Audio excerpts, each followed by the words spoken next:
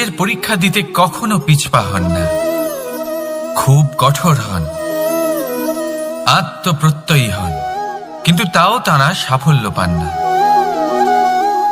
কেন? কি কারণ হতে পারে এর? লৌহ মানবের মতো ব্যক্তিত্বের অধিকারী হওয়া সত্ত্বেও তারা সফলতা কেন লাভ করেন না? এবার এটার উত্তর তাদের ব্যক্তিত্বের মধ্যেই লুকিয়ে রয়েছে। লৌহ মানব, লোহা।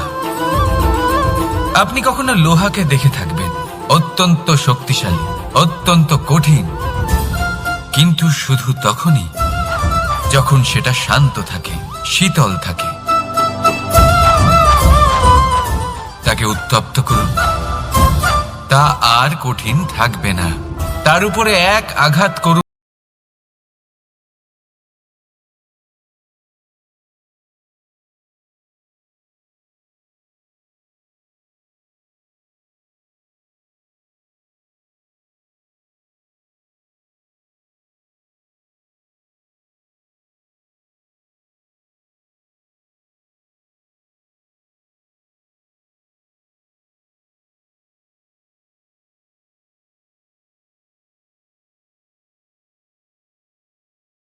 বদলাবেন না। চিনতে শিখুন সেই চিন্তাগুলো যা ক্রোধ বাড়িয়ে দেয়, আর সেগুলোকে শেষ করে দিন, নয়তো সেই রাগ আপনার পতন অবশ্যই ঘটাবে। রাধা রাধা।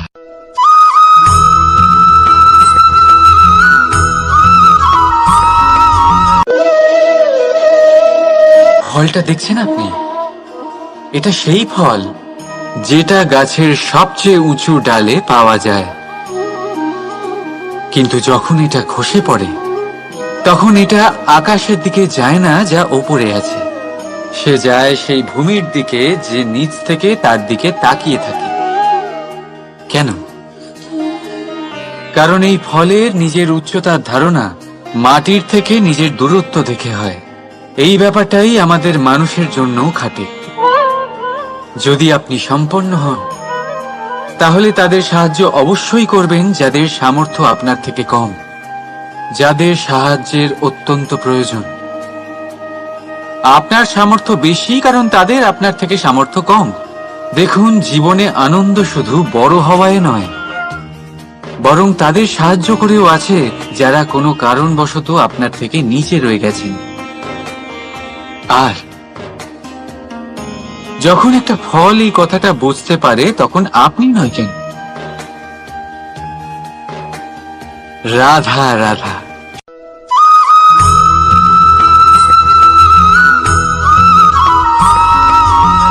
আপনি কি কখনো জলকে নিজের মুঠোতে ধরে রাখার চেষ্টা করেছেন? চলুন আজ করা যাক।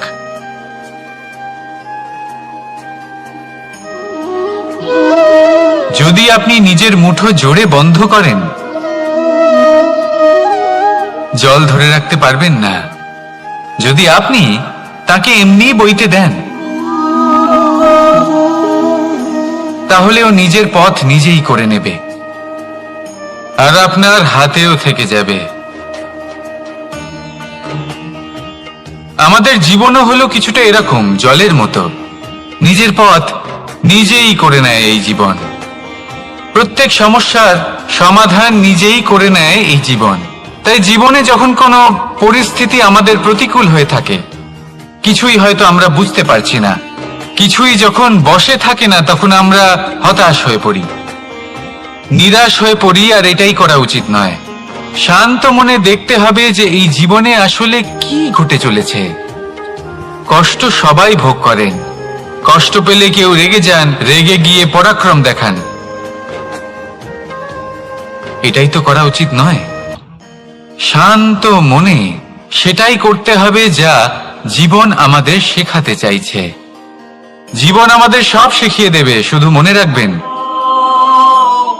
কখন প্রয়াস করতে হবে আর কখন আমাদের প্রতীক্ষা করতে হবে, সেটা আগে আপনাকে বুঝতে হবে। তাহলে আসুন আমার সাথে ভালোবেসে বলুন, রাধা রাধা।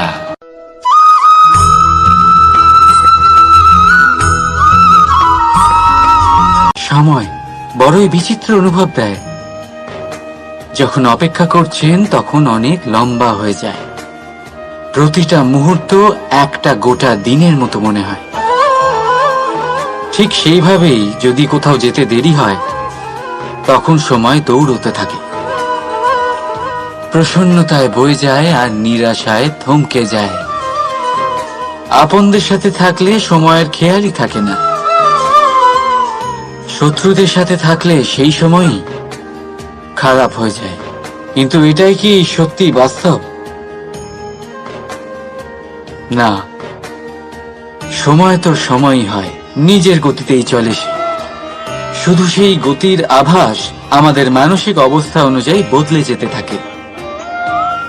তাই এই সমস্যা সময়ের নয়, আমাদের মানসিকতা।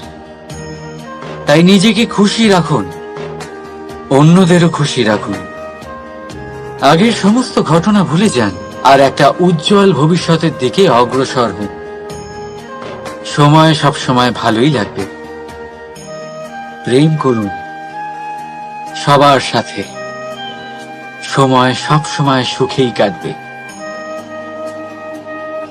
রাধা রাধা।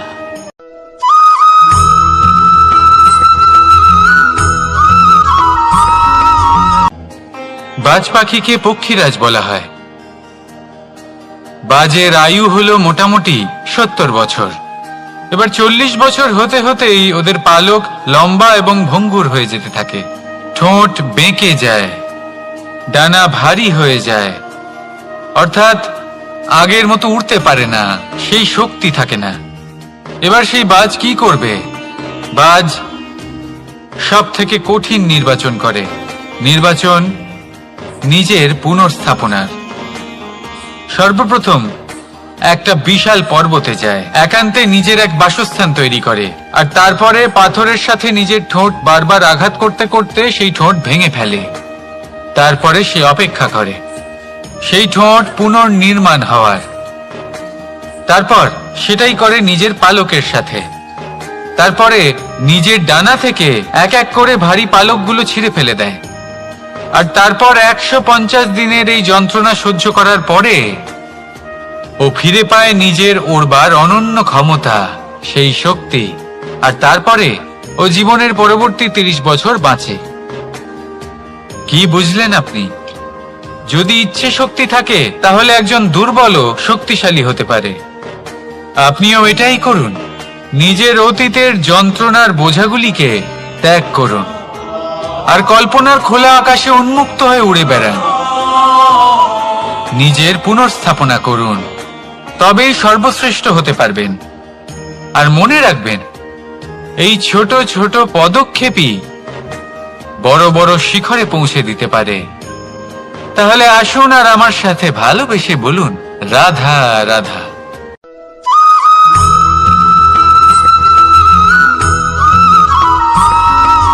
অগ্নি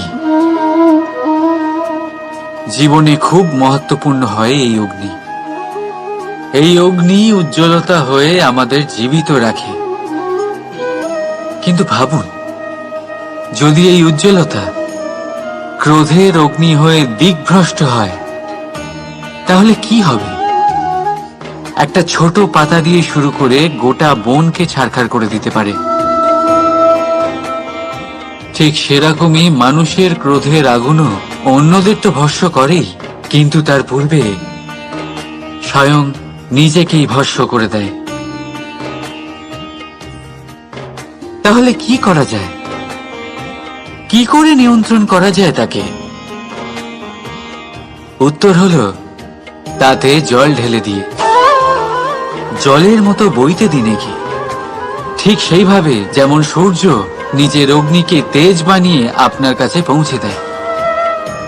এটাই পার্থক্য সূর্যের অগ্নি আর ক্রোধের অগ্নির মধ্যে। সূর্যের অগ্নি বিচ্ছুরিত হয়ে প্রতিফলিত হয়ে আসে, আর সেই জন্যই তাকে তেজ বলা হয়। অন্যদিকে আমাদের ক্রোধের আগুনের কোনো সীমাই থাকে না। তাহলে নিজের অন্তরের শক্তিকে ক্রোধের আগুন বানিয়ে জ্বালাতে চান, নাকি উজ্জ্বলতা বানিয়ে বিস্তারিত করতে চান? সিদ্ধান্ত আপনার। রাধা রাধা।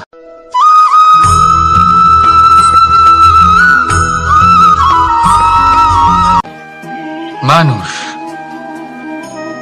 কোন ব্যক্তির নির্মাণ হয় কিভাবে?